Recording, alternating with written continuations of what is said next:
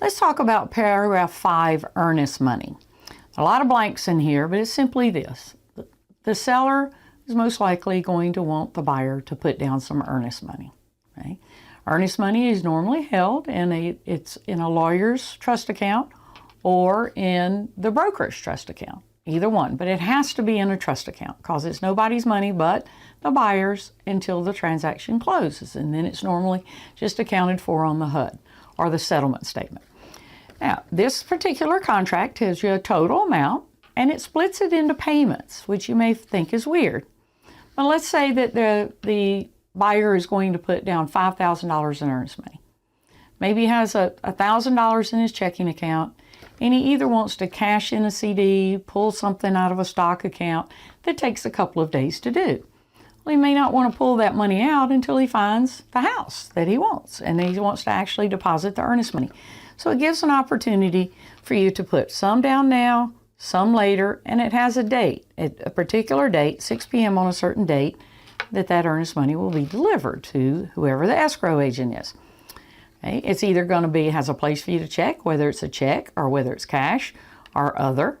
I, particularly in my office, don't like to receive cash for earnest money, but I'm assuming there are, I have done it, and there are sometimes that's people, all they have is that. The blank there is going to be credited to the buyer at closing, and it goes through this next little section, gives us certain ways that the earnest money could be returned.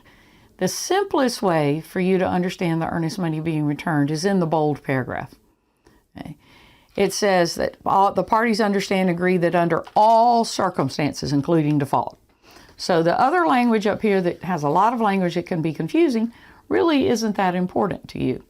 The courts have, the licensing law says, and if I'm the escrow agent accepting the earnest money, then I'm accepting this, that the contract says that earnest money is delivered in these ways. One is an executed agreement.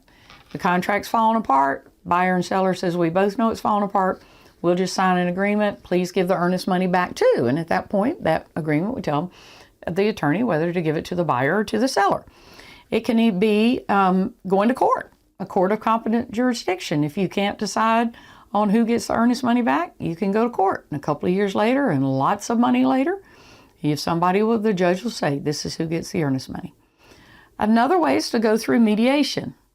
That's what we're to talk about mediation, and this contract does in some other paragraphs, but mediation is a very good thing and usually quite much cheaper. Well, much cheaper than going to court, and also faster. And maybe both parties can understand what's going on with the other party and come to an agreement. The final one is an interpleader action. And this is an action that if I were the escrow agent, I would go to the court and say, I'm tired of them fighting. I'm going to give you, court, the money, and they can come here and fight over it. And judge, you can tell them who gets it. So those are the 4 ways that you can do that. In the middle of that paragraph, there's a blank, and it says, blank as escrow agent. Again, it can be the lawyer, it can be the real estate broker. But somebody's going to hold that earnest money until either closing or the contract in one way or another falls apart. Now, your realtor has the right, and maybe some say the responsibility, to check with the escrow agent to make sure that the buyer has given them the earnest money, that they've been able to deposit it, what the status of that earnest money is. Now, hasn't always been this in the contract, but now the seller can actually terminate the contract if the buyer doesn't deposit the earnest money on time. So that's a different story than many contracts have been in the past. This allows the seller not to find down the road when there's been a breach, oh my goodness, nobody has any earnest money. You do not have to have earnest money to have a valid contract, so there could be 0 there. I see very few of them that are, but it could be 0.